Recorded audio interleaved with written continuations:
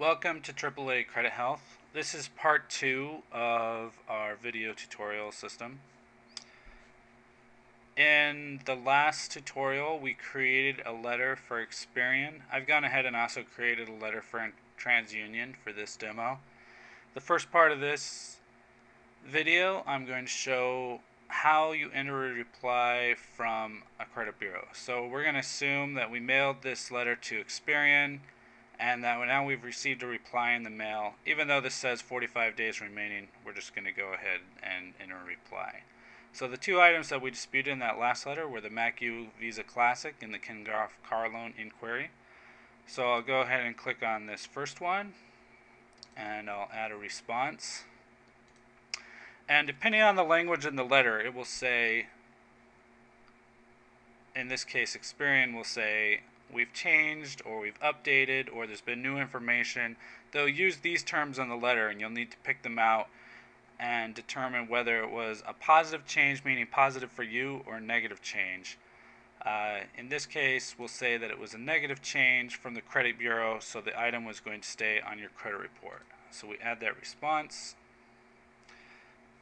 Now we can see the complete history of this item. We'll go back to our status page.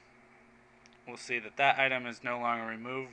We need to enter a reply for our Kingroff car loan. We're going to add a response, and since this item was an inquiry, and it was an old inquiry, several years old, we'll just say that the credit bureau said yes, this old inquiry should be removed, and that they've deleted it from your record. So now the dispute status for this item has been closed because it's gone. Item was deleted.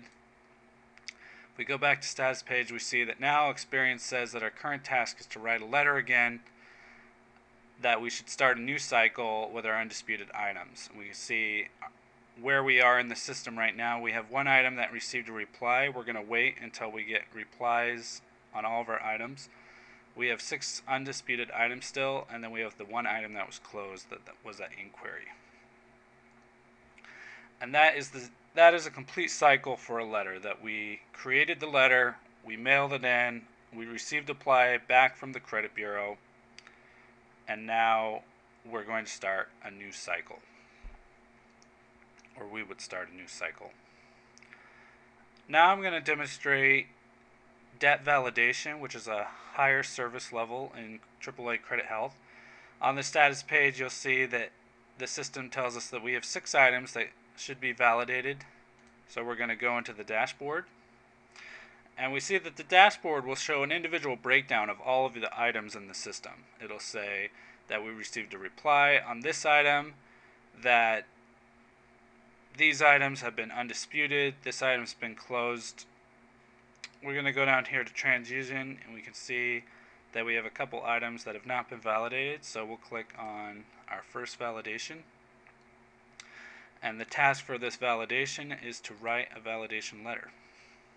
Once again, the system will automatically generate a letter for you asking your creditor to validate this debt, and also to cease and desist any informal or improper communications or efforts they might be making to try to harass you. When we create letter, it takes us to the letter complete page, and we can see that the same procedures are here for sending a letter to a creditor as they are for sending them to a credit bureau. When we go back to the dashboard, we see that the item that we had chosen, now we've sent a letter, and we have an option to update the status.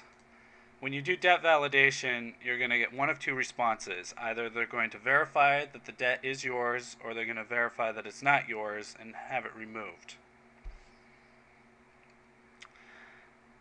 If it gets verified, or if it doesn't get verified,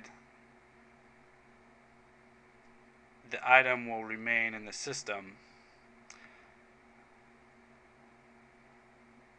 and you'll have to go through your process of getting it removed from the credit bureaus as well.